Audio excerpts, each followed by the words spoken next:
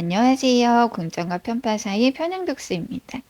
영상이 올라가는 날은 2024년 1월 1일 새해 첫날인데요. 우리 구독자분들은 2023년 잘 마무리하셨나요?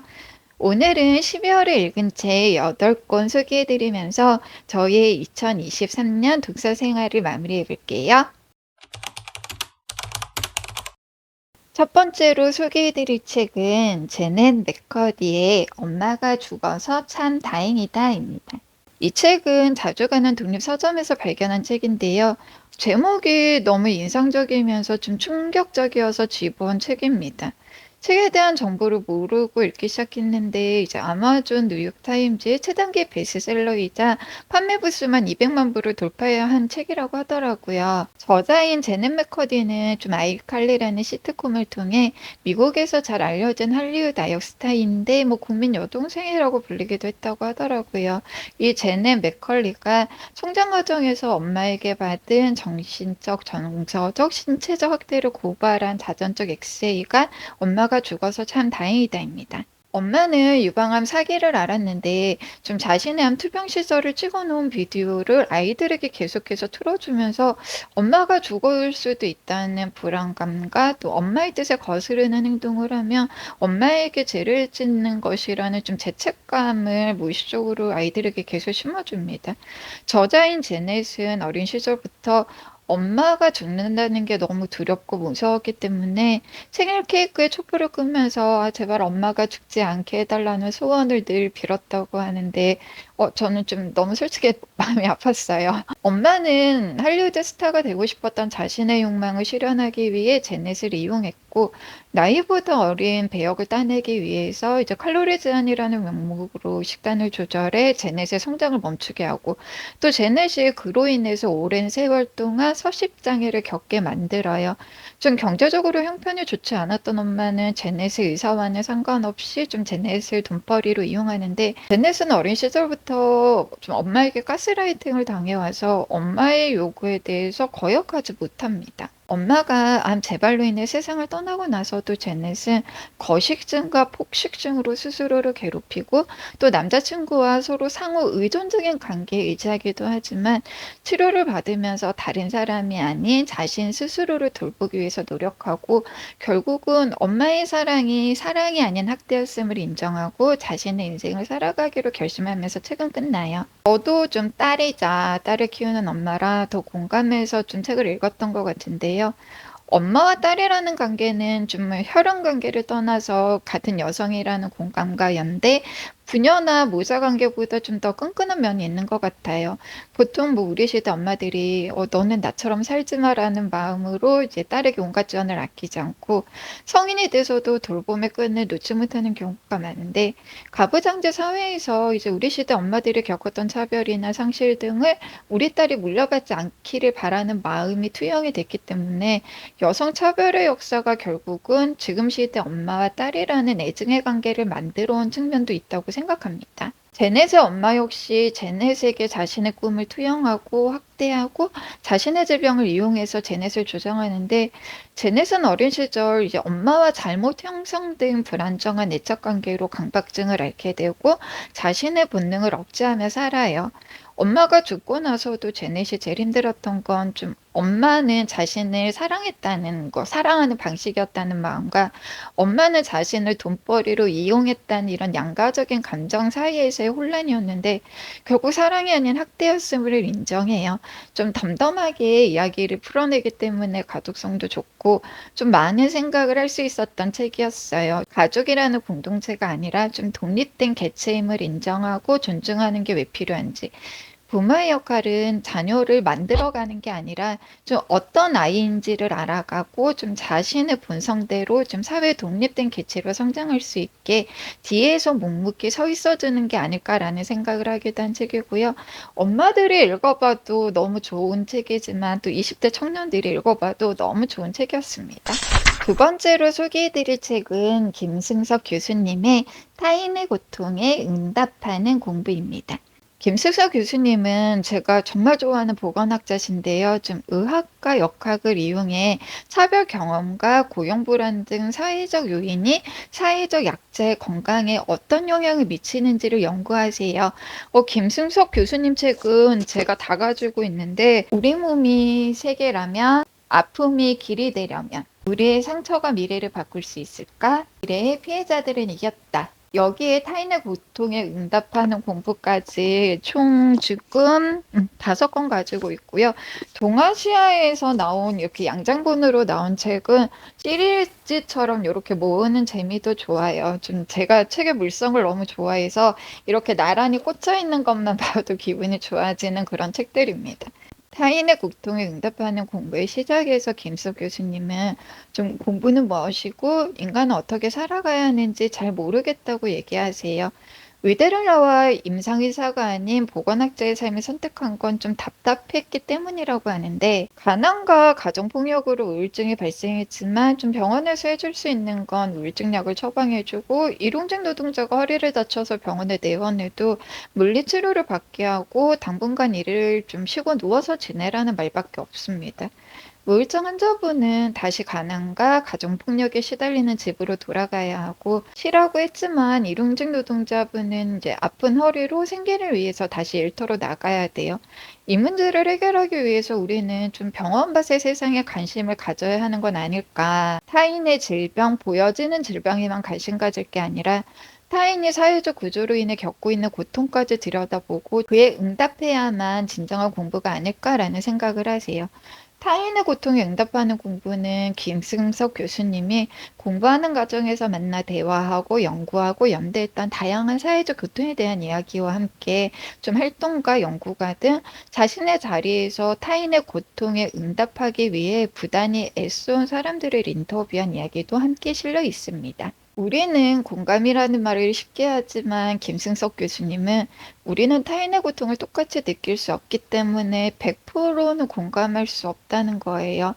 그래서 더 타인의 고통을 끊임없이 들여다보는 노력이 필요하고 그들의 고통에 응답해야 한다고 말합니다. 요즘 서점가에는 좀 쇼펜하우어 관련 책들이 대중적으로 사랑을 좀 많이 받고 있는데, 쇼펜하우어는 뭐 프랑스 혁명의 비극과 노예선의 비극이 벌어지고 있는 현실 앞에서 인간은 어떻게 아무렇지 않을 수 있는지를 고민했던 비관론자였어요. 쇼펜하우어를 좀 자기 개발과 위로 힐링으로만 읽을 것이 아니라 쇼펜하우어가 고민했던 타인의 비극 앞에서 우리 인간은 어떻게 살아갈 것인지를 좀 연결해서 같이 생각해 볼 수 있는 그런 좋은 책이고요. 좀 많은 구독자분들이 읽어보시기를 추천하는 책입니다. 세 번째로 소개해드릴 책은 강진아 작가님의 가난한 아이들은 어떻게 어른이 되는가입니다. 이 책은 돌베개에서 출간된 책이고, 또 은유 작가님과 장혜로 시사인 기자님이 추천해 주셔서 읽게 된 책인데요. 저는 읽기가 좀 유난히 힘든 책이 있는데, 동물권의 가난 책과 좀 아동, 청소년들의 빈곤과 학대, 산재사고 이런 거에 대한 책이에요. 이 책 역시 읽기 위해 좀 용기가 필요한 책이었지만, 읽기 참 잘했다는 생각이 들게 한 책이기도 합니다. 강진아 교수님은 영어를 가르치는 교사신데, 교사 생활을 하면서 이제 가난한 집에서 자라는 아이들이 눈에 밟혀서 이제 사회복지학을 공부하고 교사 일과 청소년 정책을 연구하는 일을 함께 하고 계세요. 2009년 한 지역 아동센터에서 자원봉사를 시작하게 되면서 2010년부터 빈곤 대물림에 대한 박사 논문을 준비하면서 20여 명의 청소년과 가족들을 만나 2016년까지 이야기하고 관찰하면서 논문을 끝내고요. 그중 6명의 청소년이 어른이 된 이후까지의 삶을 좀 계속 따라가는 글을 써서 출간한 책이 가난한 아이들은 어떻게 어른이 되는가입니다. 6명의 빈곤 청소년들 중에는 좀 열심히 공부하고 노력해서 대학을 가지만 또 뭐 아르바이트를 해서 등록금과 부모님의 생계를 책임지기도 하고, 복지시설을 잘 이용해서 대학 공부까지 잘 마쳤지만 또 부모의 생활비와 부모님이 진 빚을 갚는 등 악순환을 고리해서 힘들어하기도 하고요. 가정불화로 가출을 자주 하다가 이제 범죄에 휘말리기도 하고, 불안정한 애착관계 형성으로 성인이 돼서도 이제 남자친구와 잘못된 애착 관계를 형성해서 만들어 가기도 하고 또 학교를 그만두고 배달 알바 등으로 하루하루 생계를 이어가기도 해요. 불평등한 사회에서 빈곤은 단순히 경제적 수치에 해당하는 것이 아니라 빈곤으로 인해 욕구 실현이 좌절되고 또 이러한 경험이 누적되면서 사회적 존엄성을 침해당하고 안정과 생존에 급급하게 만들면서 사회나 자아 성장으로 에너지를 돌리지 못하게 만들어요. 빈곤의 대물림 역시 좀 청소년기를 잘 극복하고 어른이 되더라도 계속 이어집니다. 청소년은 우리의 미래라고 하는데 우리는 청소년이 잘 자랄 수 있는 환경을 만들고 있는 건지 좀 반성하게 한 책이었어요. OECD 국가 중에서 한국은 공공 영역에 대한 지출이 매우 적은 국가라고 하는데 윤석열 정부 이후 복지 관련 예산은 더 많이 줄었어요. 뭐 사회복지시설이나 사회단체들도 좀 민간이 운영하는 경우가 많다 보니까 좀 보편적이지 않고 빈곤을 입증해야 하는 선별적 시혜적 제도들이 많습니다. 가족 이기주의 역시 좀 가난을 빈곤가족이라는 하나의 공동체로 묶어서 바라보게 하고 자녀의 양육 책임, 부모 공양들을 좀 개별 가족 공동체에 의존하다 보니까 가난은 계속 대물림되고 벗어날 수 없는 더 견고한 벽이 되고 있어요.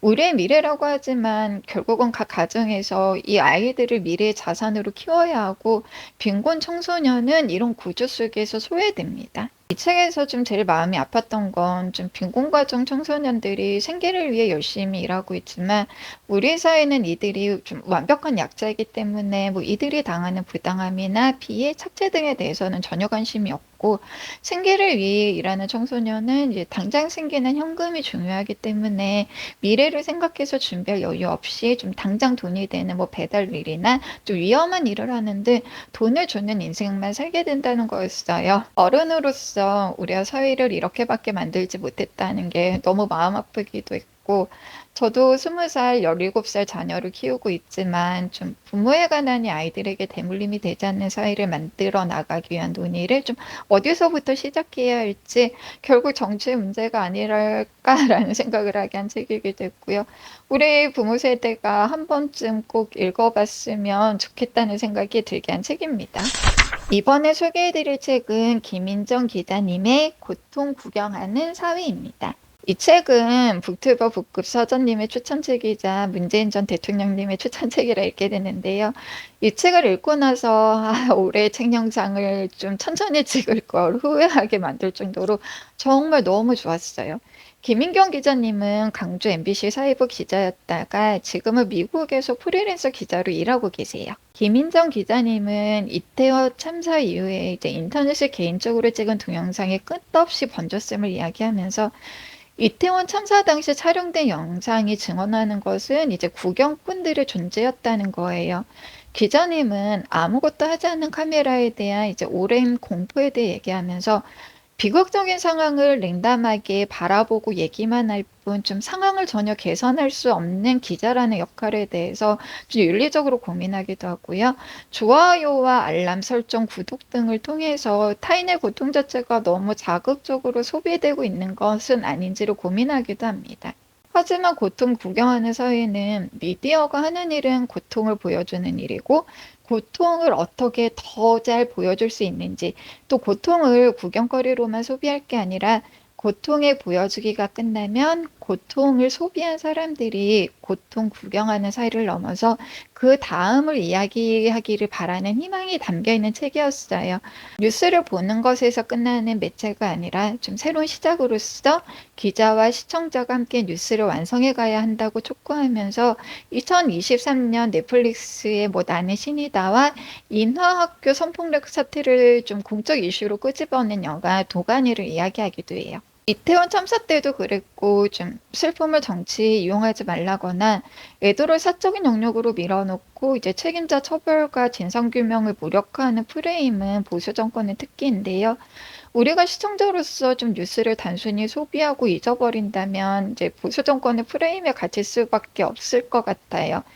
국가적 재난이나 이제 타인의 고통을 소비만 할 게 아니라 좀 그 너머를 바라볼 수 있는 좀 희망을 가지게 해준 책이었고 있고 좀 가슴에 박히는 문장들이 정말 많은 책이었어요.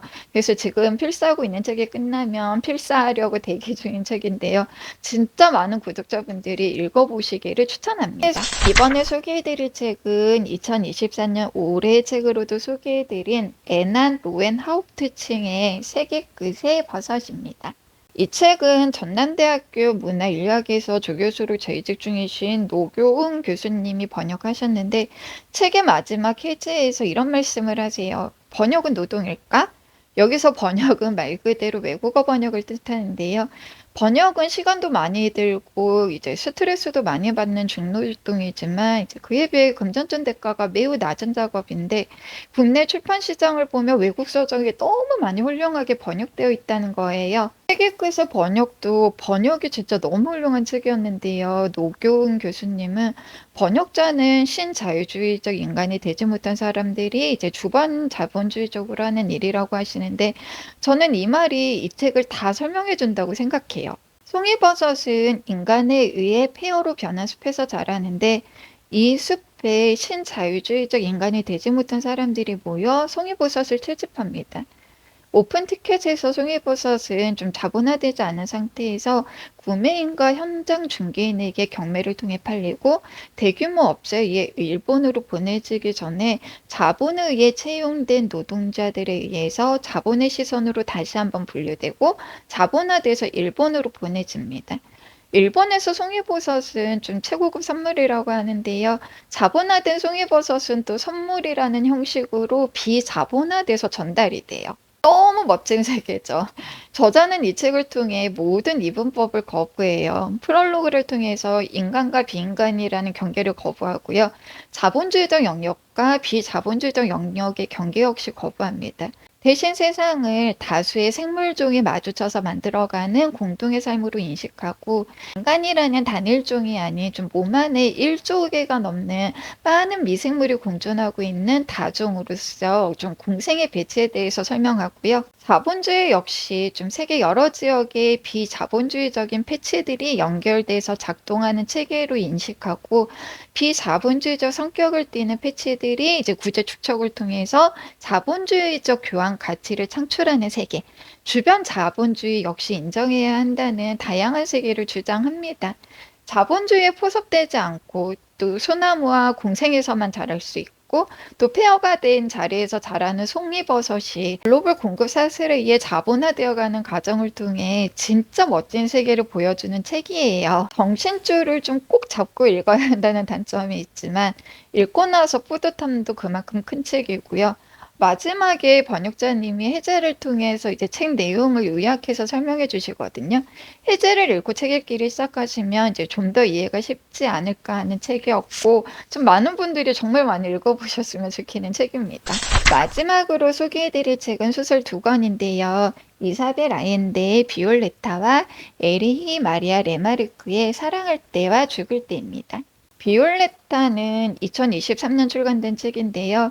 1920년 스페인 독감이 발생하기 직전에 태어나서 이제 2020년 코로나 바이러스가 한참일 때 세상을 마감하게 되는 비올레타라는 여주인공을 통해서 100년이라는 시간 동안 칠레를 비롯한 중남미 국가들에서 어떤 일이 일어났는지를 그리고 있어요. 비올레타가 손자 카밀로에게 편지를 쓰는 형식으로 이제 1인称시점으로 이 얘기가 전개되기 때문에 가독성이 아주 좋고 또 이야기가 너무 흥미진진해서 한번 읽기 시작하면 손에서 책을 놓을 수 없는 책이었어요. 소설에서는 좀 지명이 나오지 않아요. 그냥 그런 일어났던 뭐 쿠데타라던가 사건들로 추론해서 아 여기가 칠레가 맞구나 이렇게 생각을 하게 되는데 칠레에서 이 시대 벌어졌던 일이 좀 중남미 국가 어디서나 벌어졌던 일이었고 또 사회적 약소국 어디서나 벌어진 일이었음을 좀 강조하기 위해서 지명을 일부러 삭제했다고 합니다. 1920년대 자본주의 시대에 투자와 투기 사이에서 대공황이 어떻게 벌어졌는지, 1920년대 사회주의와 여성운동은 어떠했는지, 이것이 어떻게 여성 참정권 운동으로 이어졌는지, 또 연주민에 대한 착취, 원주민의 삶을 비참함이 아닌 뭐 다른 방식으로 볼 수 있게 해주는 시선, 뭐 동물과 공존하는 삶, 내가 키운 동물을 먹는다는 건 무엇이지? 뭐 동물권에 대한 사유? 2차 대전에서 중남미 국가들은 좀 어떤 역할을 했는지, 중립이란 과연 가능한지 등 100년의 역사를 관통하고 있는 정말 매력적인 소설이고요. 제가 구독하는 정희진 교수님의 공부에서 이제 정희진 교수님은 젠더 문제는 젠더에서 시작해서 나이, 장애, 동물, 기후 위기, 뭐 계급 갈등 등 보편적인 사회적 약자의 문제로 확장해 가야만 소수적 문제가 아닌 사회적 약자의 문제로 범위를 넓힐 수 있다고 하는데, 비올레타는 좀 정희진 교수님이 추천사를 쓰시기도 했지만 정희진 교수님이 지향하는 젠더에 대한 생각이 모두 다 들어가 있는 소설이에요.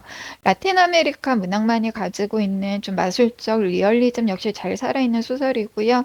이사벨 아엔데만이 만들어낼 수 있는 여성의 서사가 이 라틴 아메리카의 역사와 정말 잘 버무러져서 정말 깊은 감동을 느끼게 해주는 책이었어요. 그래서 이사벨 아엔데 아직 읽어보시지 않은 구독자분들 계시면 이번 기회에 비올레타 한번 읽어보시기를 추천합니다. 좀 문학의 힘이 무엇인지를 진짜 알 수 있게 해주는 책이에요. 마지막으로 소개해드릴 책은 에리히 마리아 레마르크의 사랑할 때와 죽을 때입니다.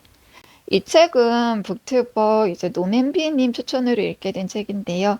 겨울만 되면 저는 이상하게 민음사 세계문학 전집이 땡기더라고요. 좀 뭘 읽을까 고민 중에 노맨비님이 책 너무 슬프다고 하셔서 좀 그 말에 꽂혀서 읽게 됐는데요. 책 진짜 너무 슬퍼요. 이 책의 시대적 배경은 2차 세계대전인데요. 이제 러시아 전장에서 참전 중이던 그레버는 러시아의 공격에 속수무책으로 당하고 이제 계속 후퇴를 하면서 패전이 곧 다가올 것임을 느낍니다. 다행히 휴가를 가게 된 그레버는 집으로 돌아가지만 부모님의 집은 공습으로 폐허가 되어 있고 부모님의 생사를 알 길이 없어요. 부모님의 소식을 찾아 헤매던 중에 이제 동창생 엘리자베스를 만나게 되고 결혼까지 하게 되지만 결국은 휴가 기간이 끝내고 부대로 이제 복귀한다는 내용입니다. 저는 아직 못 읽어봤지만 이제 영화로도 만들어져서 제목만 알고 있는 서부전선 이상없다의 작가라고 하더라고요. 레마르크는 반전 소설가로도 유명하다고 하는데 사랑할 때와 죽을 때 역시 전쟁에 대해서 여러 생각을 하게 한 소설이었어요. 좀 저는 외국 소설을 읽을 때 이름이 잘 안 외워져서 뭐 등장인물이나 간단한 스토리는 좀 메모하면서 읽는 편인데, 사랑할 때와 죽을 때 이제 등장인물 정리한 거 보시면 이름이 언급된 사람들이 이렇게 많아요. 처음 책을 읽으면서는 등장인물을 적으면서 이 사람은 무슨 역할이지? 중요한 인물인가? 이 사람은 조연인가? 이런 생각을 하다가 등장인물이 너무 많은 거예요. 이름이 너무 많이 등장을 해요. 그냥 전쟁 당시를 살아가는 개인들을 보여주면서 독일군이라는 집단성에서 벗어나 독일 국민이라는 집단성에서 벗어나 개인의 비참한 현실을 마주하게 해주는 장치였음을 깨닫고 나서 이제 이름을 좀 하나씩 적어 내려갈 때마다 좀 마음이 울컥하더라고요. 2차 세계대전을 그린 소설 대부분은 좀 홀로코스트를 겪은 유대인의 입장에서 쓰여지거나 아니면 전쟁 포로였던 연합군의 시선으로 쓰여진 경우가 많았는데, 패전을 앞둔 독일군의 시선으로 쓰인 이 소설을 읽으면서 좀 전쟁은 누구를 위한 것인지, 뭐 아군 적군을 떠나 전쟁의 혼란과 파괴는 개인의 삶에 어떤 영향을 미칠 수 있는지, 그리고 내가 이제 적군이든 아군이든 떠나서 내가 질 수 있는 이런 폭력 앞에서 내가 책임질 수 있는 개인의 책임은 과연 어디까지인지 좀 여러 가지 생각을 하게 했고요. 아직도 좀 세계 어딘가에서는 전쟁이 계속 일어나고 있다는 사실, 이 전쟁을 우리는 그저 멀리서 일어나는 일이라고 생각만 해도 되는지 좀 마음이 많이 아팠던 책 읽기였어요. 겨울에 민음사 세계문학 전집이 땡긴다 하시는 구독자분들께 추천드리는 책이었고요. 이 책 읽어보시면서 지금도 벌어지고 있는 전쟁에 대해서 좀 한 번쯤 생각해 보시는 그런 기회가 되시면 좋을 것 같습니다. 지금까지 12월에 읽은 책 7권 소개해드렸고요. 연말이라 올해의 책 콘텐츠가 엄청 많이 올라와서 북튜브 진수 성찬을 맛보고 있는 요즘입니다. 올해의 책 영상을 보면서 장바구니에 책을 계속 담다 보니까 장바구니가 폭파직전이에요. 2024년 갑진년도 좋은 책과 함께 하셨으면 좋겠고요. 계획하고 바라는 일 모두 이루실 수 있는 한 해 되세요. 지금까지 공정과 편파 사이 편향독스였습니다. 새해 복 많이 받으세요.